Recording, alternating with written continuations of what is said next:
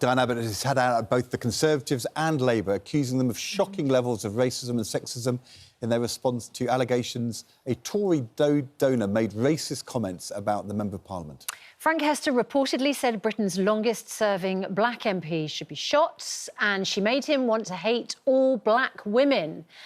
Well, today the government announces a new definition of extremism, as they say it's a way to tackle the problem.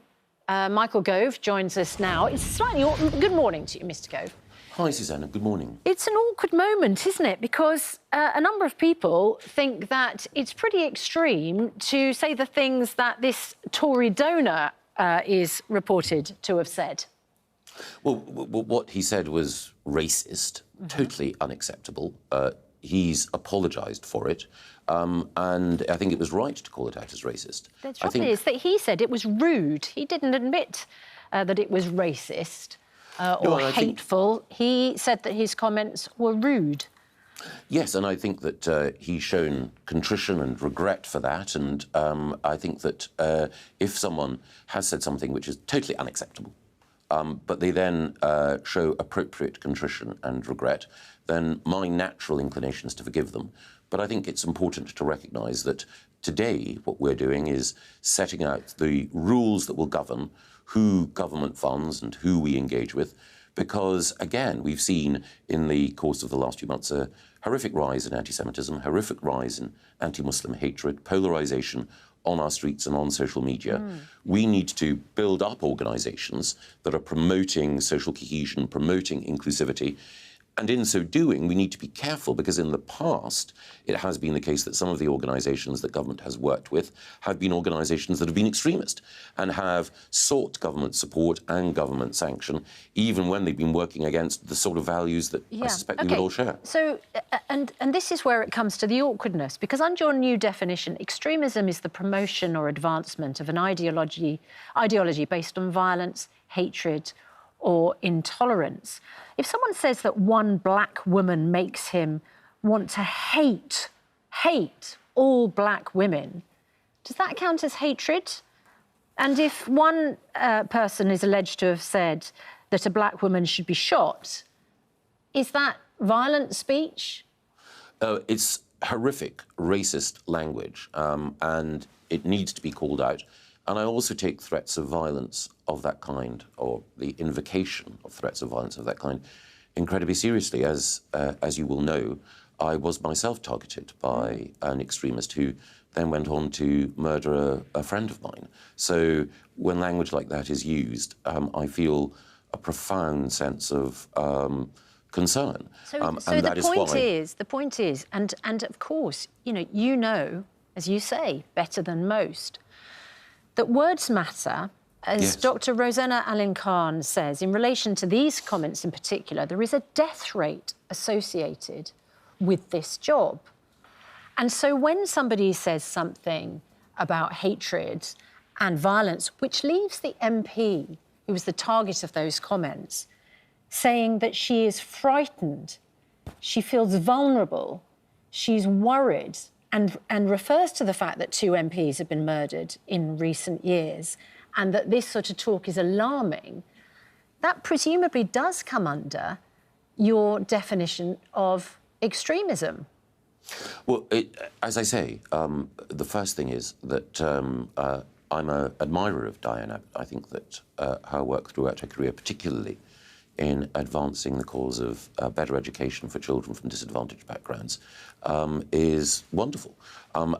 She should never be subject to language of this kind, and it is a recorded fact that Diane, like many women in public life and many women of colour, has received and been on the receiving end of the most objectionable and horrific language and threats, and for the reasons that we were just discussing.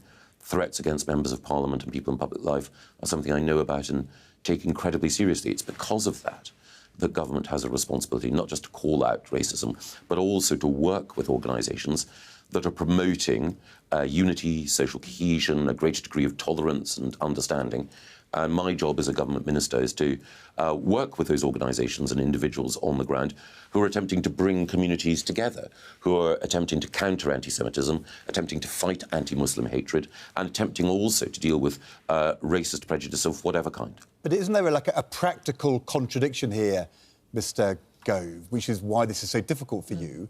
Because your definition of extremism today has a practical purpose. You're saying that government should not give money to organisations which are promoting violence or hatred or intolerance.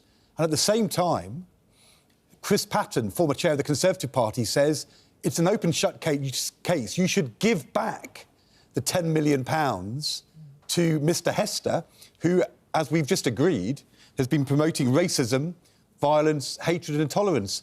So why won't you give the money back as a political party if you're saying as a government you won't give money to organisations which are doing the same thing? Well, there are two things there, Ed. The first is that in this gentleman's case, he has apologised, he has shown contrition, and, as I say, my natural inclination, if someone says something unacceptable but then recognises how profoundly wrong it is and they show contrition, then we should accept that. And there are examples of numerous figures in public life and elsewhere who've said or done foolish and sometimes horrible things, but who have repented, who have learnt and who have attempted to put things right. And I think that an attitude of forgiveness is the right attitude to take. The second thing is that this money was donated to the Conservative Party, and the Conservative Party has, since David Cameron was Prime Minister, indeed before, led the way in making sure that there are more people from diverse backgrounds in public life, and that's one of the reasons why, you know, the first British Asian to be Prime Minister is our Prime Minister. It's also the case that our Cabinet, our party, like indeed the Labour Party and other parties, has significantly increased representation from underrepresented groups, and that is a good thing. And just on the statement you're giving this morning, and, you know, you'll be debating this with your opposite number in the House of Commons. There was a letter in the Times signed by Amber Rudd, Preeti Patel, former Home Secretaries, a couple of days ago, which asked for a guarantee that no political party will use this issue to seek short-term tactical advantage. We need as much consensus as possible. Now, there have been some clashes in recent weeks. We've had the Prime Minister accusing Keir Starmer of being soft on extremism, but are you seeking to use this issue for short-term tactical advantage, or is your approach today in the House of Commons going to be to achieve a cross-party consensus on everybody acting together to root out extremism? I want to achieve as wide a consensus as possible, and yesterday I had conversations with my opposite number, Angela Rayner, and other Labour figures in order to explain our reasoning. Obviously, as you'll know, Ed, it's important to tell the House of Commons first the full details of what we're doing, and there are some things that I can't talk about that I will talk about in the House of Commons because MPs need to hear them first.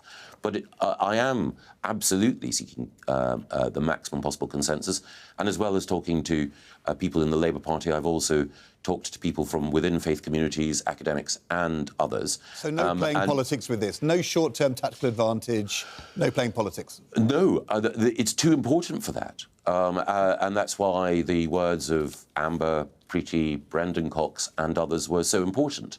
And again, I'm operating, I hope people will recognise, in good faith in this area. Of course, governments can sometimes err and get things wrong. In fact, one of the reasons why we're having to update the definition is that we have, as a government, not always been as vigilant as we should have been in dealing with some of these groups. And I hope, but it's obviously for other parties to decide their own approach, I hope that other parties, if they offer criticism, which you know, is part of their constitutional role, that it's constructive. Michael Gove, we're being told you need to go off to the House of Commons to get ready for your statement, so thank you for joining us. And we're going to move on from extremism to conversation about gardening.